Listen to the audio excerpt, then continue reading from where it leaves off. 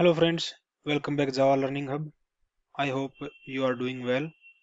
और आपको पिछले सेशंस में जो भी डिस्कशन किया है हमने अब तक का जावा के अंदर, वो सारा सब कुछ समझ में आ रहा होगा।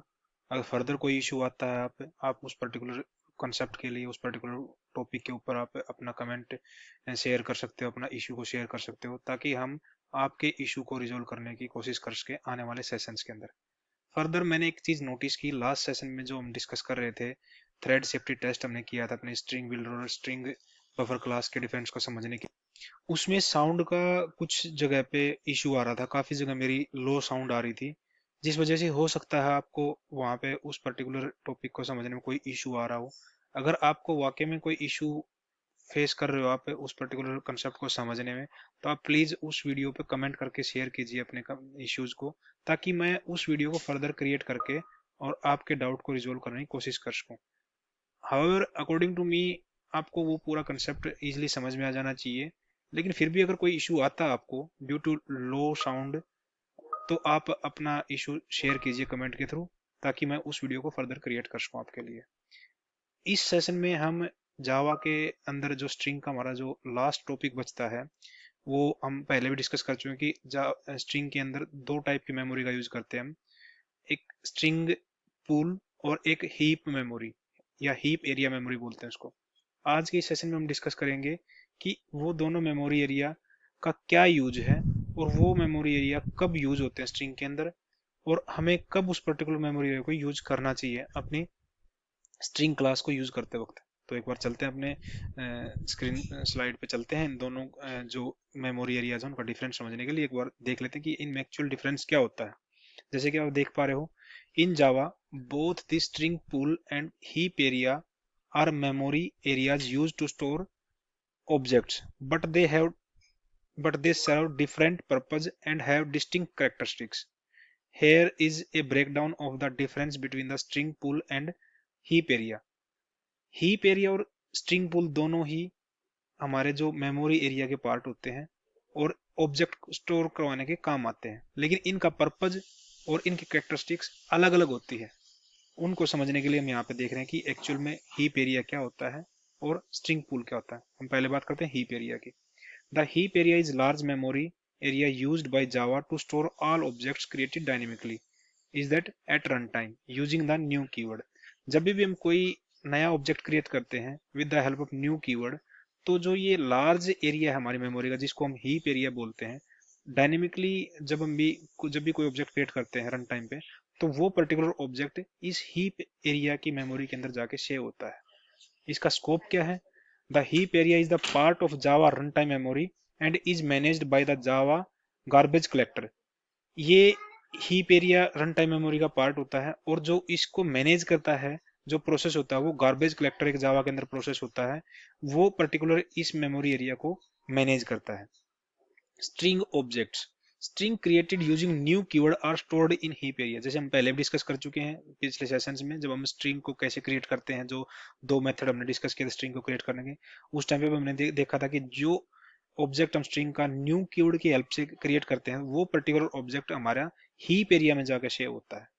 In this case, a new string object is created in heap memory even if the same string already exists in the string pool। अगर हम न्यू कीवर्ड के साथ, जैसे यहाँ पे देख रहे हो आप एग्जाम्पल, स्ट्रिंग str हमने क्रिएट किया न्यू कीवर्ड के साथ, तो अगर सेम स्ट्रिंग जो वैल्यू हमने हेलो साइन की है, अगर सेम स्ट्रिंग हमारे मेमोरी के अंदर जो सेकंड मेमोरी एरिया आता है स्ट्रिंग पूल, वहां पे एग्जिस्ट भी करता हो चाहे, तो भी उस केस में भी हमारे पास एक न्यू ऑब्जेक्ट क्रिएट होगा हीप मेमोरी के अंदर। Memory management, the garbage collector manages objects in the heap reclaiming memory that is no longer in use. Actually क्या होता है, जो ऑब्जेक्ट जिसका काम हमारे पर्टिकुलर प्रोग्राम के अंदर खत्म हो जाता है, तो उसकी मेमोरी को रिलीज करवाने का जो काम होता है, वो हमारे पास जो प्रोसेस है जावा के अंदर गार्बेज कलेक्टर, वो उन ऑब्जेक्ट की मेमोरी को मैनेज करता है। और जब उनका काम खत्म हो जाता है, उस पर्टिकुलर मेमोरी को जो उस पर्टिकुलर ऑब्जेक्ट को एलोकेट होती है, उसको रिक्लेम करता है, फ्री करवाता है, ताकि वो फर्दर किसी और ऑब्जेक्ट के लिए, किसी और प्रोसेस के लिए यूज हो सके। लास्ट पॉइंट आता है यहाँ पे performance. Object in the heap take more memory than those in the string pool because they can be multiple copies of the same string in different memory locations. जैसे कि हमने कहा कि चाहे बेसिक स्ट्रिंग पहले से ही एग्जिस्ट करती है वो ऑब्जेक्ट, अगर हम न्यू कीवर्ड के साथ कोई ऑब्जेक्ट क्रिएट करते हैं तो एक न्यू डिफरेंट ऑब्जेक्ट ही क्रिएट होता है हर टाइम पे। इसी वजह से इस पर्टिकुलर हीप एरिया मेमोरी की परफॉर्मेंस स्लो है as compare to string pool के। स्ट्रिंग पूल में क्यों फास्ट है? क्योंकि हमारे पास वहां पे एक तो यूनिक ऑब्जेक्ट रहते हैं और वहां पे डुप्लीकेट कॉपी नहीं क्रिएट होती हमारे ऑब्जेक्ट्स की। अगर फर्दर हम पर सेम टाइप का कोई ऑब्जेक्ट जिस पे सेम वैल्यू साइन करवा रहे हैं वो हम क्रिएट करने की कोशिश भी करते हैं, तो स्ट्रिंग पुल से हमें उस पर्टिकुलर सेम ऑब्जेक्ट का रेफरेंस ही मिलता है कि यहाँ पे पहले से ये पर्टिकुलर ऑब्जेक्ट एग्जिस्ट करता है, आप इस रेफरेंस को यूज कर सकते हो। नेक्स्ट स्लाइड पे चलते हैं हम अपने जो हमारी मेमोरी की सेकंड टाइप है स्ट्रिंग पुल, उसको डिस्कस करते हैं। स्ट्रिंग पुल क्या होता है? द स्ट्रिंग पुल और intern string pool is a special memory area inside the heap where Java stores string literals. Actual में क्या होता है, जो वाइडर एरिया जिसको हम हीप एरिया बोलते हैं, स्ट्रिंग पुल भी उसी पर्टिकुलर हीप एरिया का पार्ट होता है कुछ, लेकिन ये इसका एक पर्पज, स्पेसिफिक पर्पज होता है। The pool store unique copies of string literals to optimize memory usage and improve performances. क्योंकि ये जो जब भी हम स्ट्रिंग को क्रिएट करते हैं with the help of literal method, तो उस टाइम पे जो ऑब्जेक्ट क्रिएट होते हैं उनकी यूनिक कॉपी ही हमारे पास इस पर्टिकुलर स्ट्रिंग पुल के एरिया में जाके सेव होती है। इससे क्या होता है, क्योंकि यूनिक कॉपीज होती हैं ऑब्जेक्ट्स की, इस वजह से इसकी performance as compare to heap area ज्यादा अच्छी होती है। स्कोप क्या है इसका? String pool is specific part of the heap memory dedicated to string literals and interned strings. ये डेडिकेटली जो स्ट्रिंग लिटरल्स के थ्रू जो ऑब्जेक्ट बनते हैं, या फिर अगर हमने कोई ऑब्जेक्ट न्यू कीवर्ड के थ्रू बना भी दिया, अगर उसको इंटर्न मेथड के थ्रू वापिस हम उसको स्ट्रिंग एज ए उस पर्टिकुलर ऑब्जेक्ट को स्ट्रिंग पूल के अंदर सेव करवा सकते हैं। इन दोनों टाइप के ऑब्जेक्ट्स को मैनेज करने के लिए, स्टोर कराने के लिए जो एरिया का यूज होता है मेमोरी का, उसको हम स्ट्रिंग पूल मेमोरी बोलते हैं। String interning, when you create a literal like hello, Java first check the string pool. If a string with the same context already exists, the existing string is reused and no new object is created. But if not, a new string is added to the pool. जैसे कि हमने पहले बताया था, अगर string literal के साथ हम कोई भी स्ट्रिंग क्रिएट करते हैं और उसको क्रिएट करने के बाद फर्दर सेम टाइप की स्ट्रिंग दोबारा जिसपे सेम वैल्यू असाइन हो क्रिएट करने की कोशिश करते हैं, तो स्ट्रिंग इंटरनिंग जो एक प्रोसेस है वो पहले हमारे स्ट्रिंग पुल के अंदर उस पर्टिकुलर ऑब्जेक्ट की वैल्यू को देखता है कि वो वहां पे एग्जिस्ट करती है या नहीं करती। अगर वो पर्टिकुलर वैल्यू, वो पर्टिकुलर ऑब्जेक्ट एग्जिस्ट करता है स्ट्रिंग पुल के अंदर, तो उस न्यू ऑब्जेक्ट को वो सेम ऑब्जेक्ट के रेफरेंस का रेफरेंस देता है कि ये पहले से एग्जिस्ट करती है स्ट्रिंग, आप इस रेफरेंस को यूज कर सकते हो, क्योंकि आप सेम टाइप का ही ऑब्जेक्ट क्रिएट कर रहे हो दोबारा। अगर वो पर्टिकुलर ऑब्जेक्ट उस स्ट्रिंग पूल के अंदर एग्जिस्ट नहीं करता, तो उस केस में हमारा न्यू ऑब्जेक्ट क्रिएट होता है, जो कि वो यूनिक ही होगा क्योंकि पहले से तो अवेलेबल है ही नहीं। यही यहाँ पे हमने यहाँ पे एग्जाम्पल के थ्रू यहाँ पे दिखा रखा है। Using intern, you can also explicitly add a string to pull using the intern method.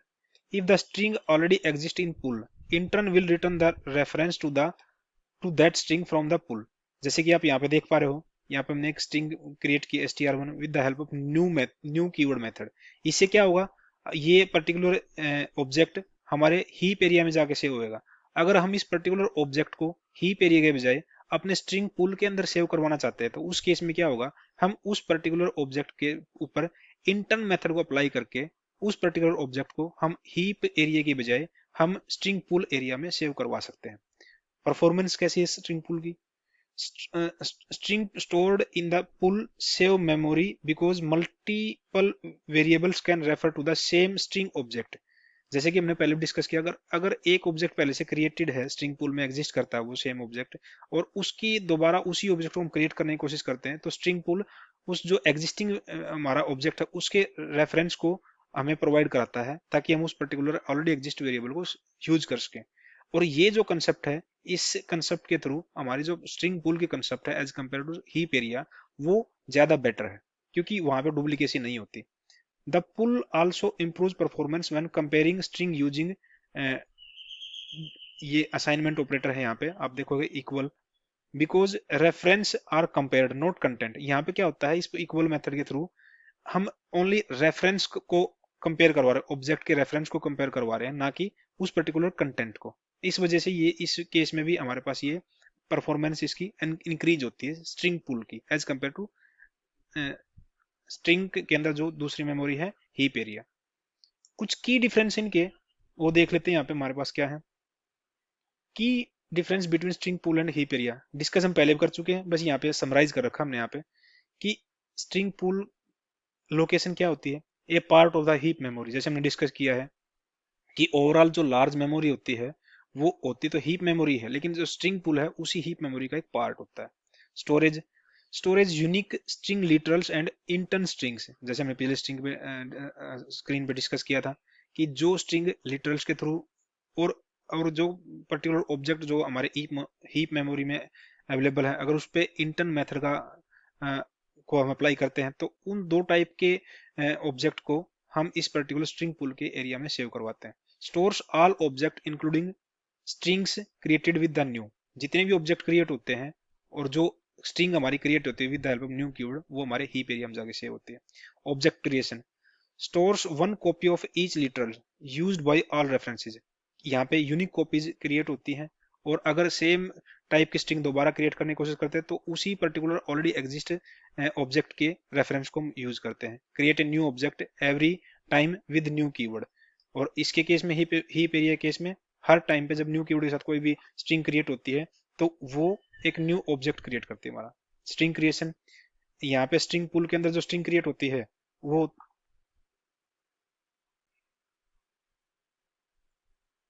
String creation पे थे हम। स्ट्रिंग क्रिएशन जो लिटरल मेथड के थ्रू स्ट्रिंग क्रिएट होती है वो हमारे स्ट्रिंग पूल के एरिया में जाके सेव होती है, और जो न्यू कीवर्ड के साथ हम स्ट्रिंग क्रिएट करते हैं वो बाय डिफॉल्ट हमारी हीप एरिया में जाके उस पर्टिकुलर स्ट्रिंग का ऑब्जेक्ट क्रिएट होता है, सेव होता है। मेमोरी एफिशिएंस, स्ट्रिंग पूल की मेमोरी है वो बेटर होती है as compare to heap area, हम डिस्कस कर चुके हैं। Garbage collection, string in the pool are eligible for garbage collection only when no reference exist for non literals. All objects in the heap are subject to garbage collector. तो यहाँ पे भी क्या चीज है कि अगर स्ट्रिंग पूल के अंदर जो ऑब्जेक्ट है अगर उसका कोई यूज नहीं है, उसका कोई रेफरेंस एग्जिस्ट नहीं करता, तो उस केस में वो पर्टिकुलर ऑब्जेक्ट एलिजिबल है गार्बेज कलेक्शन के लिए। और हीप एरिया के अंदर जो सारे ऑब्जेक्ट हैं वो सब्जेक्ट टू गार्बेज कलेक्शन है, मतलब वो सारे ऑब्जेक्ट गार्बेज कलेक्शन के लिए अवेलेबल होते हैं। String comparison, string literal in the pool can be compared using reference comparison। हम स्ट्रिंग पूल के अंदर क्या करते हैं, रेफरेंस का कंपैरिजन करते हैं, लेकिन स्ट्रिंग हीप एरिया के अंदर क्या करते हैं, strings in heap must be compared using dot equal content comparison. Heap area के अंदर जो हम कंपैरिजन करते हैं वो डॉट इक्वल्स मेथड के थ्रू करते हैं, जिसमें डॉट इक्वल्स के साथ हम कंटेंट का कंपैरिजन करते हैं, ना कि रेफरेंस का कंपैरिजन करते हैं। तो ये कुछ की डिफरेंसेस थे हमारे यहाँ पे स्ट्रिंग पूल के और हीप एरिया के अंदर। और इंटरव्यू टाइम पे काफी बार ये क्वेश्चन पूछे जाते हैं कि एक्चुअल में स्ट्रिंग पूल में और हीप एरिया में क्या डिफरेंस होता है और कब इसका यूज करते हैं। तो हम कब स्ट्रिंग पूल का यूज करते हैं, कब हीप एरिया यूज करते हैं, नेक्स्ट स्लाइड पे एक बार इसका यूज भी देख लेते हैं। When to use string pool and heap? String pool, it's automatically used for string literals and you should rely on it when working with static unchanging strings in your code।